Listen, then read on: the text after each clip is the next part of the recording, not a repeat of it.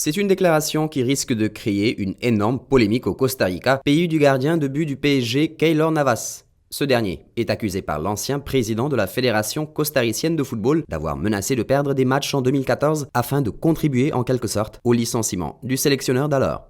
Keylor Navas, gardien du Paris Saint-Germain, grand artisan de la qualification de son équipe en quart de finale de Ligue des Champions, a été accusé par l'ancien président de la Fédération costaricienne de football, Eduardo Lee, d'avoir menacé de perdre 3 matchs et donc laisser filer des buts. Un fait qui aurait eu lieu en 2014 dans le but d'obtenir le départ du sélectionneur de l'époque. Eduardo Lee, l'ancien président de la Fédération costaricienne de football, a témoigné ce lundi devant un tribunal de San José, capitale du Costa Rica, contre Keylor Navas, Brian Ruiz et Celso Borges, 3 internationaux A, qu'il accuse d'avoir menacé de perdre 3 matchs de suite en 2014 pour obtenir le départ de leur sélectionneur de l'époque, le Colombien Jorge Luis Pinto. Il confirme ainsi les accusations de l'ancien directeur des équipes nationales du Costa Rica, Adrián Gutiérrez, à la radio nationale en 2018. Lee a affirmé que le contrat de Pinto comportait une clause de renvoi dans l'hypothèse où la sélection s'inclinerait à 3 reprises consécutivement. Les joueurs étaient au courant de cette clause et Keylor Navas a fait partie de ceux qui ont dit « Allez, on perd les 3 matchs. Le problème était tel que j'ai pris la décision de ne pas poursuivre le contrat de Pinto »,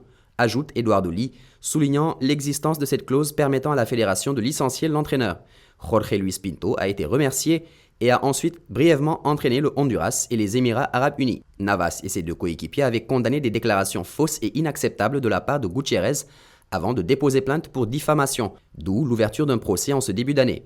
Eduardo Lee, 62 ans, a été banni à vie en 2017 de toute fonction officielle dans le football par la FIFA pour corruption. Rappelons que les faits se seraient produits au retour de la Coupe du Monde 2014 au Brésil. Le Costa Rica avait atteint les quarts de finale de la compétition, un résultat historique pour le pays et pour lequel Navas avait grandement œuvré, lançant sa carrière internationale. Les joueurs se seraient plaints du comportement et des méthodes de Jorge Luis Pinto, qui avait pris les rênes de la sélection en 2011, la qualifiant pour le mondial brésilien, où l'équipe centra-américaine a été la sensation du tournoi, terminant première d'un groupe de la mort avec l'Italie, l'Angleterre et l'Uruguay, et n'étant éliminé en quart qu'au tir au but par les Pays-Bas. Selon la presse locale, Navas a reconnu qu'il y avait des désaccords avec Pinto, mais qu'il était très surpris des accusations. Ce n'est pas quelque chose qui est sorti de nos bouches. Et cela n'arrivera jamais, car nous sommes des footballeurs professionnels depuis de nombreuses années. Nous avons un honneur et un prestige à défendre. C'est défendu l'ancien portier du Real Madrid, cité par le journal Extra.